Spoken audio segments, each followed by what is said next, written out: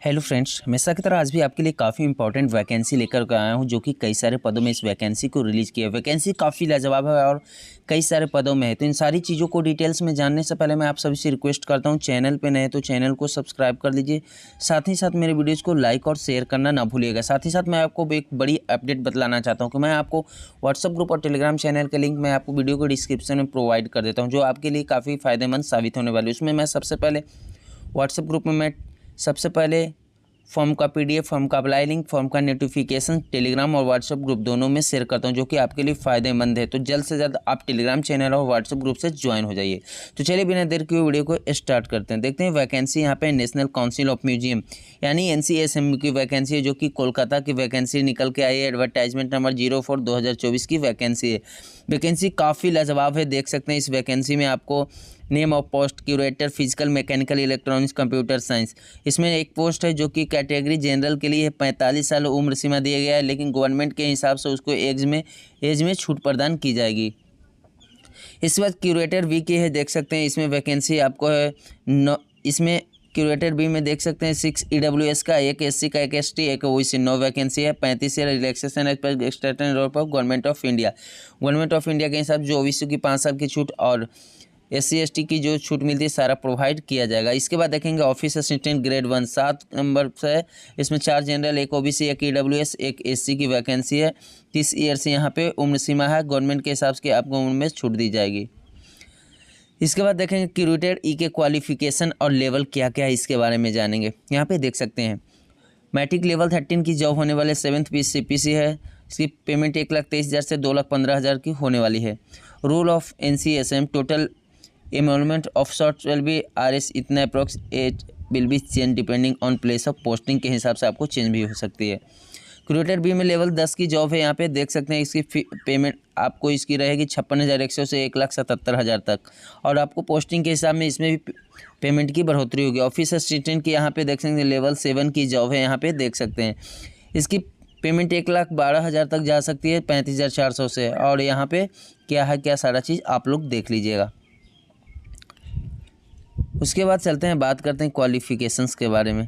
क्या क्या क्वालिफ़िकेशंस है, क्या क्या क्वालिफ़िकेशन ज़रूरत है, उसके बारे में जान लेते हैं। तो सबसे पहले यहाँ पर देखते हैं, यहाँ पे वैकेंसी पोस्ट नेम देखें क्यूरेटर में क्या क्या क्वालिफ़िकेशन है। फर्स्ट क्लास MSc में, फर्स्ट क्लास BA में, BTech में, और 13 साल की आपको एक्सपीरियंस खोजी जा रही है। MTech ME MS और इसमें 11 साल की एक्सपीरियंस, या PhD इंजीनियरिंग विथ 9 ईयर आपको एक्सपीरियंस सभी चीज़ों में खोजी जा रही है।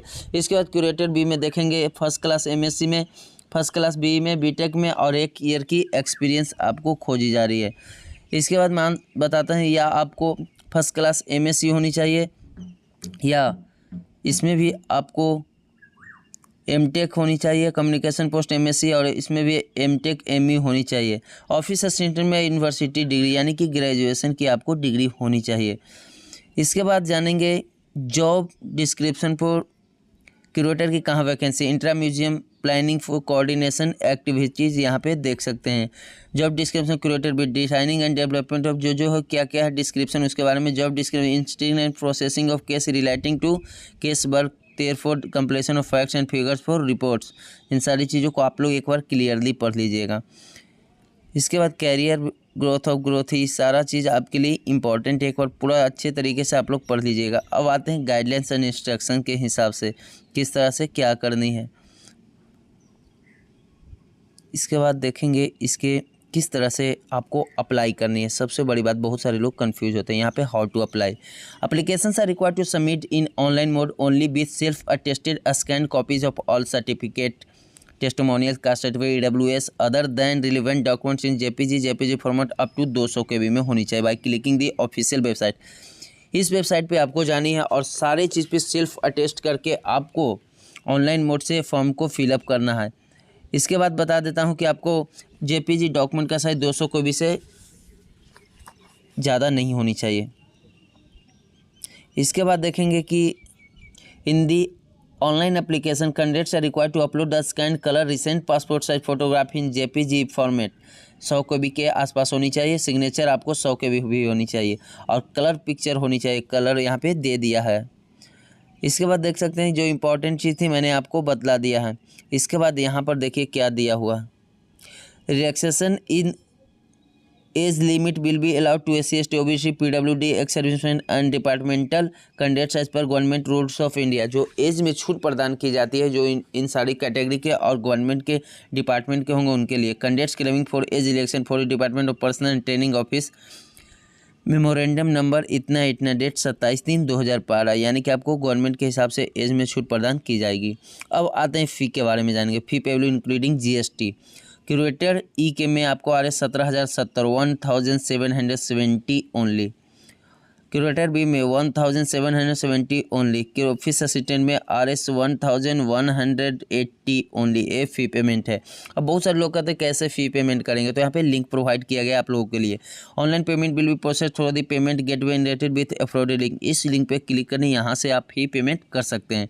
कोई भी आपको परेशानी हो तो वीडियो को कमेंट बॉक्स में आप कमेंट कीजिए, और कमेंट करने के बाद मैं आपको बता दूँ कि आपको ऑनलाइन फ़ी पेड करनी है। Fee can paid through net banking, credit card, debit card through the website link के हिसाब से। उसके बाद देख लें candidates who are not exempted from fee payment must ensure that their fee has been deposited with due date.